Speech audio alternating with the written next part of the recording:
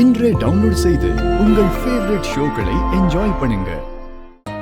பார்வதி, என்னாச்சு? ஏதாவது குறை இருக்கா? குறைச்செல்லாம் எதுவுமே இல்ல. ரொம்ப ரொம்ப நல்லா இருக்கு. ஆனா உன்னுடைய ரெகுலர் கைப்பக்குவம் மாதிரி இல்ல. இது சம்திங் டிஃபரண்ட். அவ எத்தனை வகையில சமைப்பான்னு கம்ப்ளீட்டா தெரியுமோ? ஏன் இத்தனை வருஷமா அவ சமைச்சு தானே சாப்பிடுறோம், எப்படி தெரியாம இருக்கும்? இன்னைக்கு நான் சமையல் பண்ணல. நினைச்சேன் கிராமத்து வாசம் அப்படியே இருக்கு. இல்ல, எனக்கு வந்து டவுட் இருந்துச்சு, அம்மா சமையல் மாதிரியே இருந்துச்சுன்னு. யார் சமைச்சது? சாமந்தி.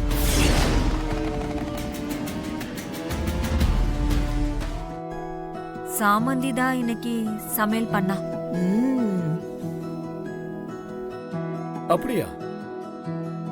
சாமந்தி என்ன பண்ண? சீரியஸ்லி சுவை மனம் எல்லாம் வேற லெவல்ல இருக்கு. பார்வதி, நீ இனிமே சமையல்ல இருந்து ரெஸ்ட் எடுத்துக்கலாம். நானும் ஹெல்ப் பண்ணிருக்கேன்னு சொல்ல முடியாது.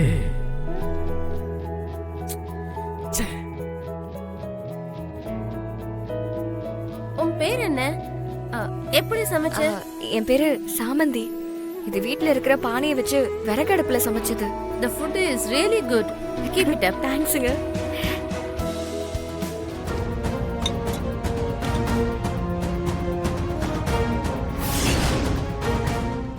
பார்வதி,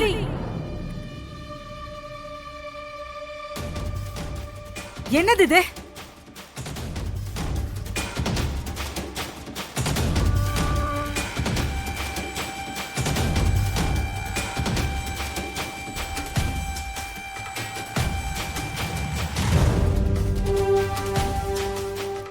எப்படி வந்துச்சு?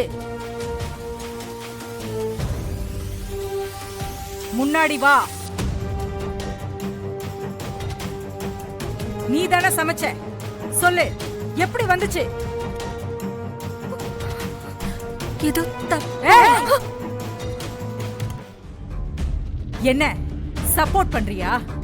நான் உன்னை சமைக்க சொன்னா நீ தான் சமைக்கணும். இந்த வீட்ல நீ வேலைக்காரி தான். அதுக்கு மேல எதுவும் இல்ல, இருக்கவும் முடியாது. இது உன்னோட முடிதான். முடி விழுந்தது கூட உனக்கு தெரியாதா? இல்ல கிடைக்கட்டும் நினைச்சியா?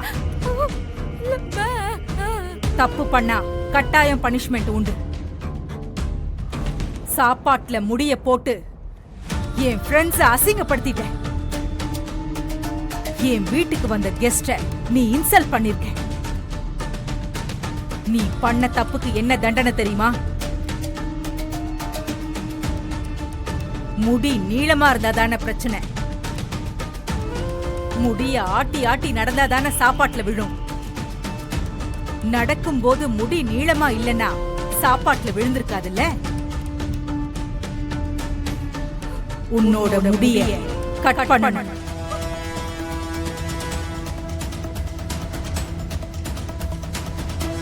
அதுதான் உனக்கு தண்டனை.